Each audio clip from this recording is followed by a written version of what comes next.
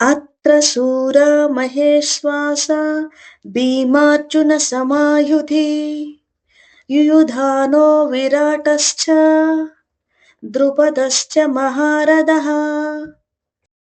అత్ర ఇక్కడ ఈ సైన్యంలో శూరా వీరులు, మహా ఇశ్వాస గొప్ప ధనుర్ధారులు, భీమ అర్జున సమాహ భీముడు మరియు అర్జునితో సమానమైన వారు, యుధి యుద్ధంలో, యుయుధాన యుయుధానుడు శ్రీకృష్ణుడి శిష్యుడు, విరాటశ్చ విరాటుడు కూడా, ద్రుపదశ్చ ద్రుపదుడు కూడా, మహారథ మహారథుడు అంటే మహాశక్తివంతుడైన యోధుడు.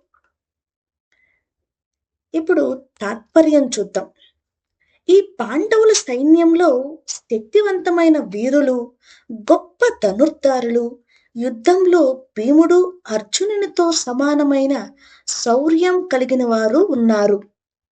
వారిలో ముఖ్యంగా యుయుధానుడు, విరాటుడు మరియు మహారథుడైన ద్రుపదుడు ఉన్నారు. ఇక్కడ సందర్భం చూద్దాం రండి. ఈ శ్లోకంలో దుర్యోధనుడు ద్రోణాచార్యుని పాండవుల బలాన్ని తెలియజేస్తూ వారి సైన్యంలో ఉన్న ప్రఖ్యాత యోధులను పేరు పెట్టి పేర్కొంటున్నాడు. ఇది అతడి లోపలి ఆందోళన, పాండవుల శక్తిని అంగీకరించడాన్ని సూచిస్తుంది.